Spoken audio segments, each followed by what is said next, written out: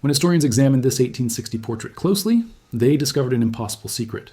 Dr. Sarah Morrison had examined thousands of Civil War-era photographs in her 20-year career at the Smithsonian, but nothing prepared her for what arrived on a cold January morning in 2019. A small photograph in a worn leather case, donated anonymously with only a brief note saying 1860, Philadelphia, showed two people posed in an elegant photography studio. A woman in an exquisite Victorian gown adorned with intricate lace and a magnificent brooch, and a man in a perfectly tailored suit with silk details. At first glance, it seemed like just another portrait from the turbulent years before the Civil War. But something made Sarah pause as she lifted the image toward the light. The photograph was too formal, too expensive for ordinary people of that era.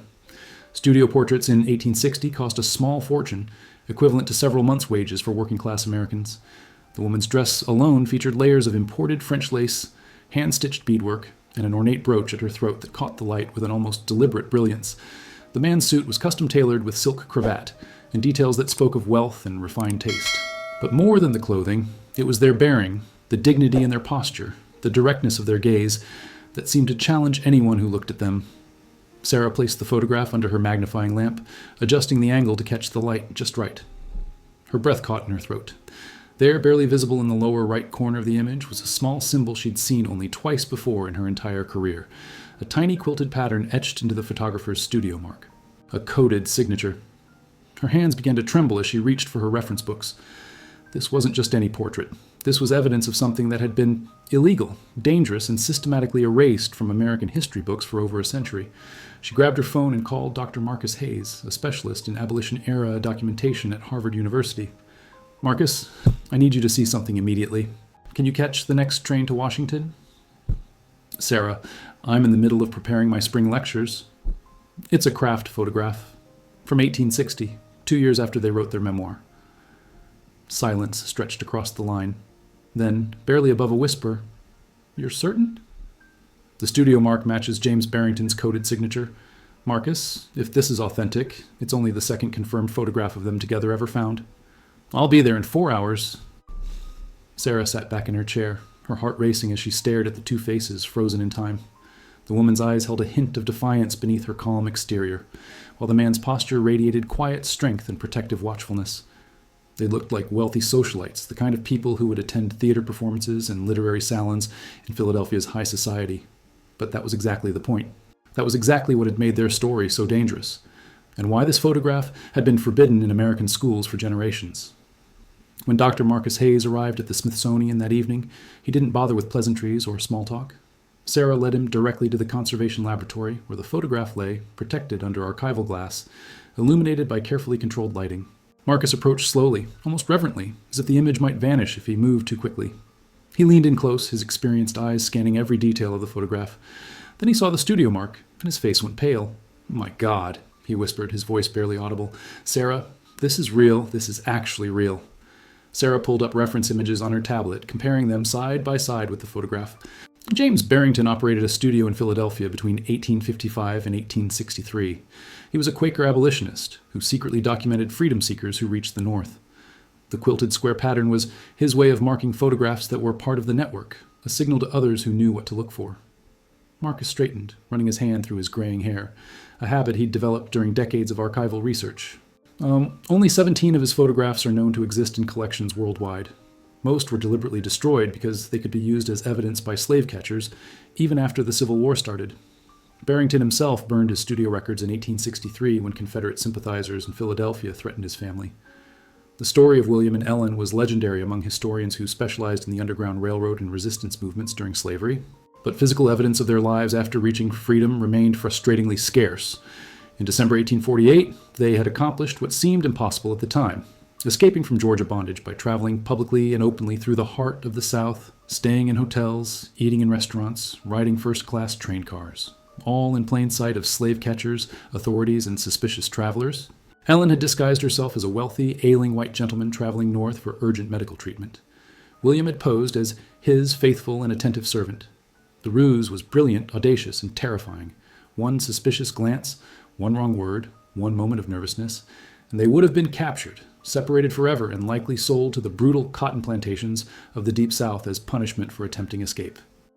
To look at her dress in this photograph," Sarah said, pointing to the elaborate gown that Ellen wore. This was taken in 1860, 12 years after their escape. She's wearing exactly the kind of expensive, fashionable clothing she could never have worn as an enslaved person. This photograph is an act of defiance, a public declaration. Marcus nodded slowly, his historian's mind already racing through implications and questions. The Fugitive Slave Act of 1850 made photographs like this incredibly dangerous, even in the North. Slave catchers could use them to identify freedom seekers and legally recapture them, dragging them back to bondage. That's why so few portraits exist from this period. It was simply too risky to be photographed. Which raises the critical question, Sarah said quietly, her eyes fixed on Ellen's face in the image. Why did they take this enormous risk? Why commission such a formal, expensive, and public portrait when it could literally be used as evidence to destroy their freedom? For 3 intensive days, Sarah and Marcus worked almost without rest in the conservation laboratory, using every technological tool available to analyze the 1860 photograph without causing any damage to its delicate surface. They photographed it under different wavelengths of light, ultraviolet, infrared, raking light, examined it with digital microscopy at extreme magnifications, and compared every visible detail against known images from the period. On the 4th morning, exhausted but persistent, Sarah made the discovery that would transform their understanding of the entire escape and its aftermath.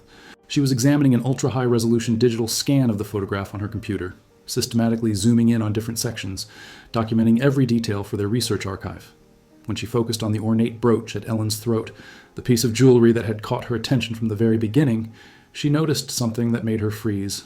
Under extreme magnification, the brooch revealed itself as far more than decorative jewelry. There was text engraved on its surface, impossibly small letters deliberately hidden within the intricate metalwork and decorative flourishes. The engraving had been done by a master craftsman, someone who understood how to conceal information in plain sight. "Marcus," she called out, her voice tight with barely controlled excitement. "You need to see this immediately." He crossed the laboratory quickly, nearly knocking over his coffee in his haste. Leaning over her shoulder to see the computer screen, his eyes widened as Sarah isolated and digitally enhanced the image of the brooch. The enhancement revealed words etched in microscopic script around the brooch's ornate border. "Liberty or death. EC 1848. EC, Marcus breathed, his voice filled with wonder. "Ellen, she's literally signing the photograph with her initials and the year of their escape. This is a personal statement, a claim of identity and freedom." But there was more. Much more. In the center of the brooch, barely visible even under extreme digital magnification, was a tiny but remarkably detailed map. It showed a simplified but precise representation of the route from Georgia to Philadelphia, with specific stops marked along the way using tiny symbols that would mean nothing to a casual observer. Sarah felt her pulse quicken as she began identifying locations. "Marcus, this isn't just a portrait or even just a political statement. It's a coded historical document. She's literally wearing evidence of their entire escape route around her neck." Marcus grabbed his research notebook, his hands shaking slightly with excitement as he began sketching and annotating what they were seeing. "Do you understand what this means? Historians have debated their exact route for over 170 years. We knew the major cities, Savannah, Charleston, Richmond, Baltimore, Philadelphia, but we never knew the specific stops between those cities, the safe houses, the people who risked everything to help them." "And she wore the evidence in a formal photograph," Sarah said softly, almost in disbelief, "where anyone could have seen it if they looked carefully enough. It's as if she wanted the truth to survive somehow, to be discovered by someone who cared enough to look deeply." The mysterious location marked on Ellen's brooch was a small city called Macon, Georgia, less than 100 miles from where their desperate escape had originally begun in 1848. Marcus spread detailed antebellum maps across the large research table in the archive room, trying to understand the logic and reasoning behind why 2 freedom seekers would risk marking this particular location on their coded jewelry. "It makes absolutely no sense from a strategic perspective," he muttered, circling Macon repeatedly on the historical map with a red marker. "They escaped from Macon originally, fleeing the very place where they had been enslaved. Why would Ellen mark it on the brooch as a significant stop on their journey to freedom? Why commemorate the place of their bondage?"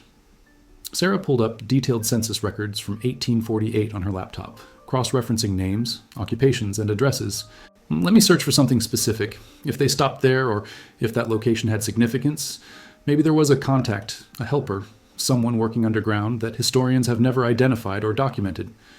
As she scrolled methodically through pages of names, occupations, and property records, a subtle but distinct pattern began to emerge from the data. Macon had maintained a small but surprisingly notable free black community throughout the 1840s, including several skilled craftsmen, a blacksmith, 2 preachers, and several merchants who operated legitimate businesses. But one name in particular caught Sarah's trained attention: a seamstress and businesswoman named Ruth, who ran an established dress shop that catered exclusively to wealthy white women throughout central Georgia. Marcus, look at this record carefully. Sarah turned her laptop screen toward him, highlighting specific entries. Ruth operated one of the most successful and respected dressmaking establishments in central Georgia from 1842 onward. According to these business records and tax documents, she employed at least 4 people at any given time, and frequently traveled to Charleston, Savannah, and even as far as Richmond to purchase expensive fabrics, imported laces, and fashion materials. Marcus's eyes widened with sudden understanding. A perfectly legitimate business that required regular documented travel throughout the South. The absolutely perfect cover for Underground Railroad activities. She could move freely, carry materials, gather information, and no one would question her presence because she had a documented business reason to be traveling. They spent the next several hours digging deeper into Ruth's business records. What they discovered was remarkable. Ruth had been freed by her former enslaver's detailed will in 1842, an unusual circumstance that gave her not only legal freedom, but also a small monetary inheritance, just enough to start her dressmaking business and establish herself as an independent businesswoman. But what truly fascinated Sarah was a specific notation she found in a merchant's detailed ledger from December 1848. A large, unusual order of men's formal clothing, including expensive suits, travel accessories, bandages, and medical supplies, purchased from Ruth's shop just 5 days before William and Ellen's documented and daring escape. She made the disguise, Sarah said slowly, the pieces finally falling into perfect place. The entire transformation, Ellen's suit, the bandages, the props, every detail. Ruth created all of it. Grace arrived at the Smithsonian 3 days later, an elderly woman in her 70s carrying a worn leather bag that seemed to hold more than just documents. It carried the weight of generations of carefully guarded secrets. She had called ahead, asking specifically and urgently for Dr. Morrison, saying only that she had information about the Kraft photograph and the woman who made their freedom possible. Now she sat across from Sarah and Marcus in the archive's private research room, the space quiet except for the soft hum of climate control systems protecting precious historical materials. From her bag, Grace carefully removed a Bible, its leather cover cracked and worn with age and handling, but the pages inside remarkably well preserved through careful storage and devotion. "My name is Grace," she began, her voice steady but emotional. "My great-great-grandmother was Ruth, the seamstress from Macon who helped William and Ellen escape. Our family has protected her story, her documents, her truth for 5 generations, waiting for the right moment to reveal everything." She opened the Bible with practiced care to a middle section, where several precious items had been pressed and preserved between the thin pages. A lock of dark hair tied with faded ribbon, a small pressed flower, a tarnished brass button, and most importantly, a letter written in careful, elegant script on paper that had yellowed but not deteriorated. Ruth never spoke openly about what she did during her lifetime, Grace explained, her fingers gently touching the letter. It was far too dangerous, even decades after the Civil War ended and slavery was abolished. Former slave catchers still lived in Macon. Confederate sympathizers held positions of power. Speaking the truth could have gotten her killed, or at minimum driven out of business and into poverty. The letter was dated December 1848 and addressed simply, "To those who come after me, who seek truth." Ruth's words, preserved across 170 years, painted a vivid and detailed picture of an intricate conspiracy that made the escape not just possible, but carefully planned and rehearsed. She hadn't worked alone in her dangerous mission. 3 other free black business owners in Macon had secretly coordinated the entire effort over months of preparation, using their legitimate trade operations and business travel to smuggle materials, gather intelligence, move money, and create the elaborate disguise. Ruth made 6 completely different suits over the course of 2 months, Grace explained, spreading out additional documents that showed fabric purchases and private notes. Each one slightly different, perfecting the fit, the appearance, the tiny details that would make Ellen's disguise absolutely convincing. Ellen had to practice for weeks, walking like a wealthy man, sitting with masculine posture, even learning to sign documents with her left hand while keeping her right arm in a medical sling. Marcus leaned forward intently, his decades of historical training focusing on this new information. The bandages and medical props. Historians have debated for years about why Ellen's face and hand were so elaborately wrapped. We assumed it was simply to hide her features and avoid detailed scrutiny. That was only part of Ruth's brilliant strategy, Grace confirmed with evident pride in her ancestors' intelligence. The bandages actually served 4 distinct tactical purposes simultaneously. Grace reached into her leather bag again and carefully pulled out a second document, a small journal no bigger than a modern paperback book, its pages water-stained and fragile with age, bound in faded cloth that had once been deep blue. Ruth kept a coded record of every single person she helped between 1842 and 1855, she said reverently, handing it with extreme care to Sarah's gloved hands. 97 people in total reached freedom through her network. But William and Ellen were different from all the others. Their escape was something more ambitious, more dangerous. Sarah opened the journal slowly, finding entries written in a fascinating combination of standard English and what appeared to be substitution symbols and coded abbreviations. The handwriting was neat and deliberate, suggesting entries written in quiet moments of safety rather than hurried notes. "Is this a cipher system?" she asked, already recognizing patterns in the symbols. "A relatively simple substitution code," Grace confirmed, "but effective for its purpose. Ruth learned it from a traveling Methodist preacher named Samuel, who was secretly part of the Underground Railroad's communication network spanning 5 states. Each person she helped received 2 separate entries in the journal, one when they first arrived seeking assistance and help, and a second entry after they successfully reached freedom and sent word back confirming their safety." Marcus began carefully photographing each page with the archive's high-resolution camera, his hands steady despite his intense excitement at handling a primary source document that historians had never known existed. Most entries were frustratingly brief. Initials or single names, dates, vague destination references like North or Canada.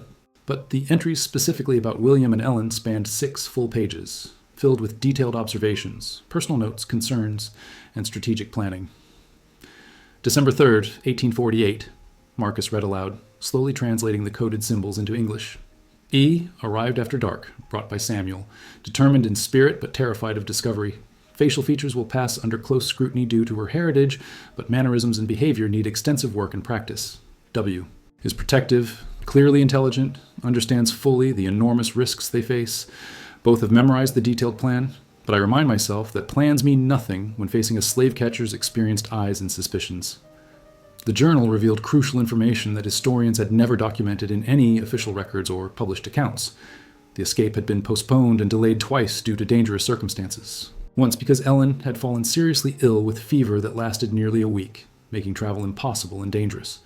And once because a notorious and particularly successful slave catcher named Hughes had been spotted operating in Charleston, directly along their carefully planned route. Ruth's intelligence network had sent urgent word, and they waited 3 additional anxious weeks until Hughes moved his operations to a different region. "Here's what puzzles me," Sarah said, pointing to a cryptic entry from December 20th, just days before the actual escape. Ruth writes, "Final preparation complete. E knows what she must do in Baltimore. Package prepared and concealed." What package? What was Ellen supposed to do in Baltimore beyond simply passing through on their journey north? Marcus spent the following week immersed in archives in Baltimore, following the tantalizing thread that Grace had revealed through Ruth's coded journal. What he discovered in the Maryland Historical Society's restricted collection, documents that required special permission and academic credentials to access, left him absolutely stunned and fundamentally changed his understanding of the entire escape operation. He called Sarah immediately from the archive reading room, his voice tense with barely contained excitement. "Sarah, I found the slave catcher's official report. It's dated January 1849, just 3 weeks after William and Ellen successfully reached Philadelphia. A man named Thomas Hughes, the same Hughes mentioned in Ruth's journal, filed an extensive and detailed complaint with Baltimore municipal authorities about what he called a sophisticated counterfeiting ring, producing false freedom papers of remarkable quality." "Hughes," Sarah confirmed, quickly checking her research notes and Ruth's journal entries. "The same slave catcher whose presence in Charleston forced them to delay their escape by 3 weeks. He was one of the most successful and feared slave catchers operating in the Upper South." "Exactly right. But here's what's absolutely fascinating and changes everything we thought we knew," Marcus continued, his words tumbling out rapidly. Hughes didn't know specifically about William and Ellen at the time he filed this report. He had no idea they had passed directly through Baltimore during their escape. What he knew was that someone, some organized network, was creating extremely convincing forged documents, and he couldn't identify the source or stop the operation. Sarah felt her understanding shift as she pulled up the 1860 photograph on her computer screen again, studying Ellen's face with new awareness. So they weren't just escaping for themselves. They were couriers, carrying materials and tools to help establish or expand a document forging operation that would help many others escape. Marcus's excitement was audible even through the phone. "I found 3 additional documents. Official freedom papers filed with Baltimore authorities between January and March 1849, all for people who had connections to the Macon, Georgia area. The handwriting style, the paper quality, the official-looking seals and signatures, They all matched the sophisticated style that Hughes described in his complaint. Ruth's network wasn't just helping people escape, they were creating the documentation infrastructure to make those escapes permanent and legal. 3 people, Sarah said softly, the human cost and courage becoming real. 3 more families freed because William and Ellen successfully carried the materials through Baltimore. But the most shocking discovery came from an unexpected source that Marcus found later that day, a private letter collection recently donated to the Maryland archives by a Baltimore family cleaning out their ancestral home. Among mundane business correspondence was a letter from Hughes to a professional colleague dated February 1849, in which he described his intense frustration at being outwitted and made a fool by a sickly gentleman in fine clothes and his attentive Negro servant, who had passed through Baltimore carrying materials of subversion and rebellion that I only understood too late. He actually saw them, Marcus said, his voice filled with awe. Hughes personally encountered William and Ellen during their escape, probably at a train station or hotel, but he didn't recognize them because the disguise was so absolutely perfect. The story of exactly why and how the 1860 photograph was systematically banned from American schools emerged from a dusty file box that Sarah discovered in the Georgia State Archives during a research trip to Atlanta. She found it almost by accident, cross-referencing educational materials, curriculum debates, and textbook approval records from the 1880s and 1890s, crucial decades after the Civil War ended, when Reconstruction was violently collapsing across the South, and Jim Crow laws were being strategically implemented to reestablish white supremacy through legal mechanisms. A school board meeting transcript from Atlanta, dated October 1889, contained a heated and remarkably revealing debate about historical curriculum and what stories would be taught to the next generation of American children.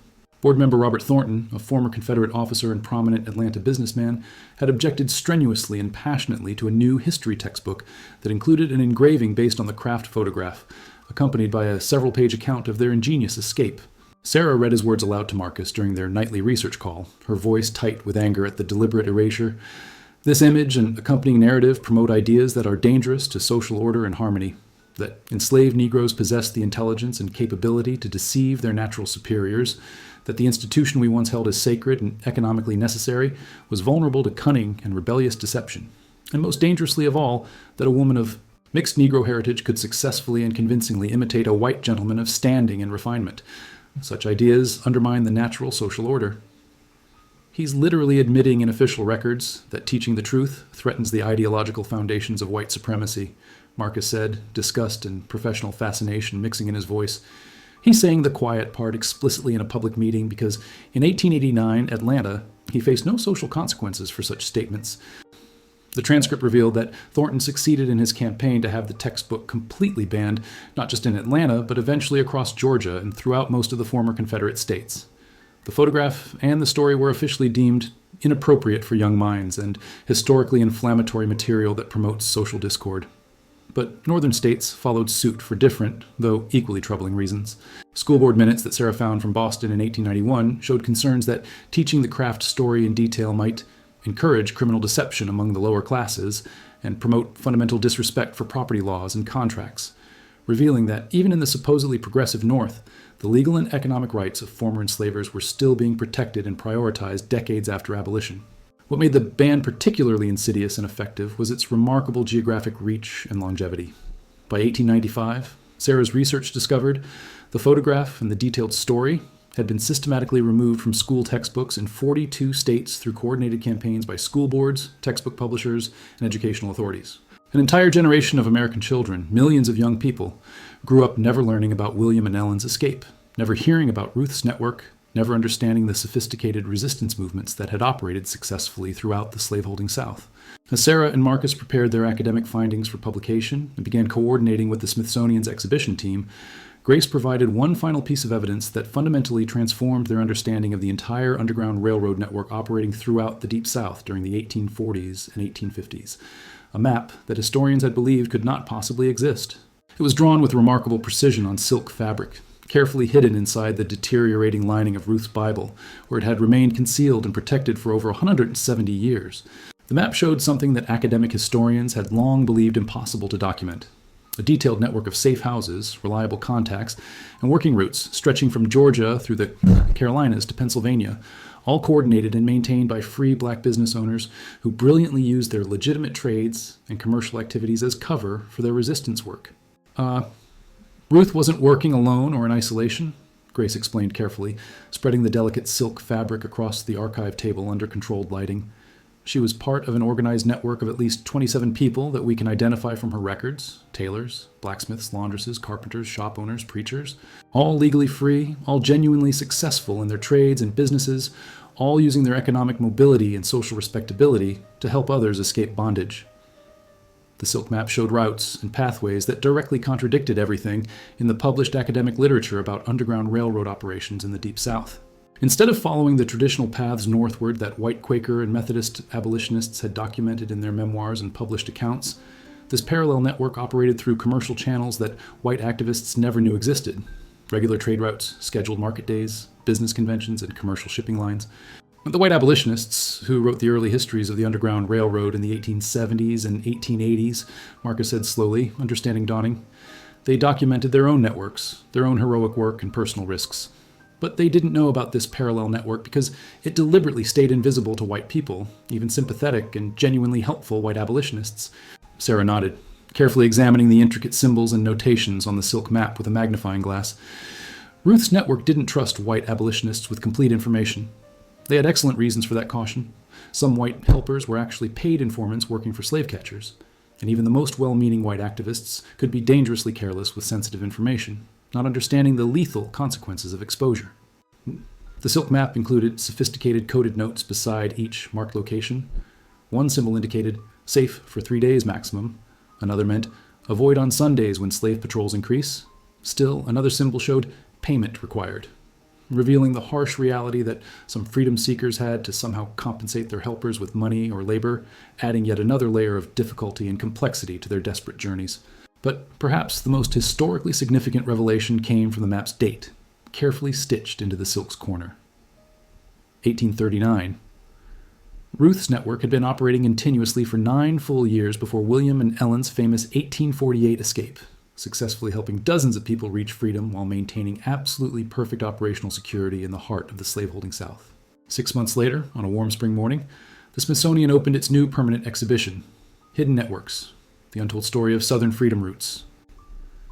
The 1860 Kraft photograph held the place of honor in the center gallery, dramatically displayed alongside Ruth's coded journal, the remarkable silk map, the forged freedom papers from Baltimore, and interactive displays that allowed visitors to explore the network's operations, tangible evidence of a sophisticated resistance movement that had operated successfully in plain sight for over 15 years. Sarah stood quietly in the gallery on opening day, watching visitors of all ages pause before the photograph, many reading the detailed historical panels with expressions ranging from amazement to tears. Many were descendants of freedom seekers, people who had traveled from across the country to finally see their ancestors' stories properly acknowledged and honored in a national museum.